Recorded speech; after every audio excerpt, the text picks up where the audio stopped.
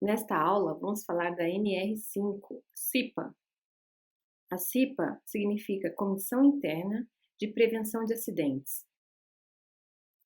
Como o próprio nome já diz, a CIPA tem como objetivo a prevenção de acidentes e doenças decorrentes do trabalho, de modo a tornar compatível permanentemente o trabalho com a preservação da vida e a promoção da saúde do trabalhador. Assim, a CIPA deverá abordar as relações entre o homem e o trabalho, objetivando a constante melhoria das condições de trabalho para a prevenção de acidentes e doenças decorrentes do trabalho. A CIPA deve ser constituída por estabelecimento. O que seria um estabelecimento? Seria um local, privado ou público, edificado ou não, móvel ou imóvel, próprio ou de terceiros, onde a empresa ou a organização exerce as suas atividades em caráter temporário ou permanente. Assim, a CIPA deve ser mantida em regular funcionamento nesses estabelecimentos que admitem trabalhadores como empregado. Caso a empresa tenha mais de um estabelecimento, a CIPA deve ser constituída por estabelecimento.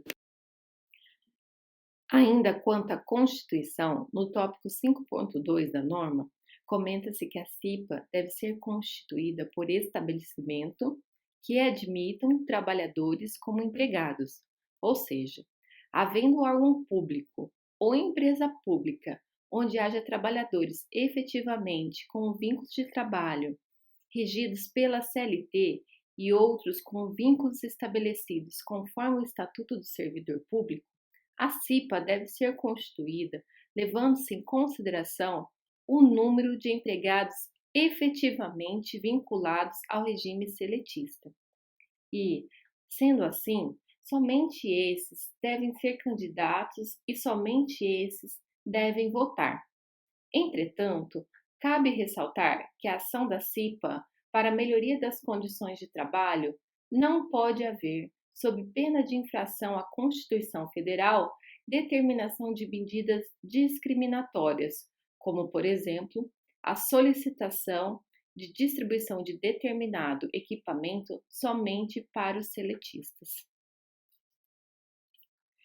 Assim, caso exista interesse do órgão ou empresa pública em englobar todos os trabalhadores, empregados e funcionários públicos em sua CIPA, não há nada que o impeça.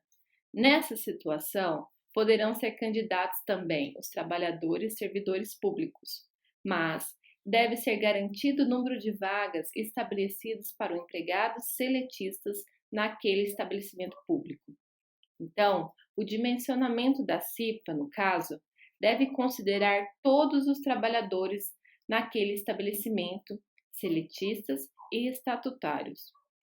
No entanto, não deve englobar, entretanto, os prestadores de serviços que estejam em atividades no estabelecimento e que estejam contratados por outra empresa.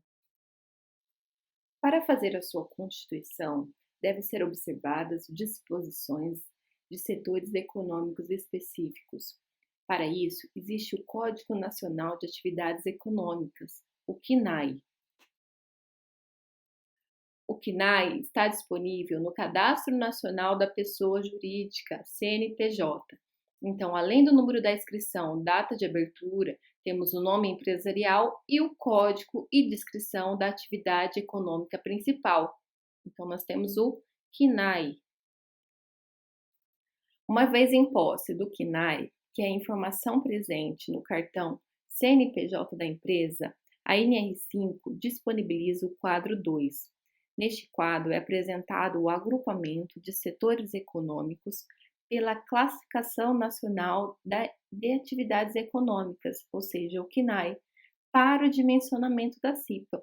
Assim, é necessário identificar o número do CNAE e, posteriormente, qual é o agrupamento de setores econômicos que ele se enquadra.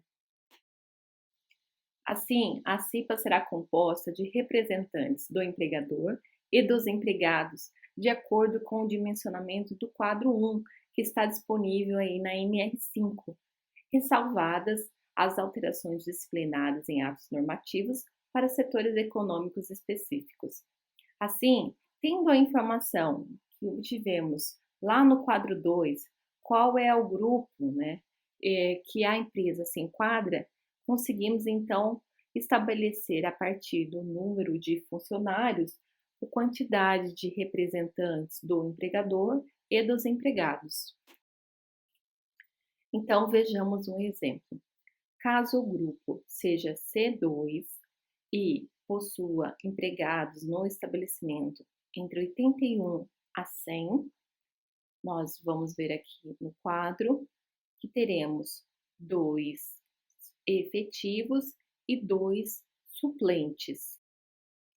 Uma informação que necessita atenção é que a CIPA será composta de representantes do empregador e dos empregados. Então, uma vez que nós temos 2 efetivos e 2 suplentes, nós teremos que ter 2 efetivos por parte do empregado e 2 por parte do empregador, e 2 suplentes por parte do empregado e 2 suplentes por parte do empregador.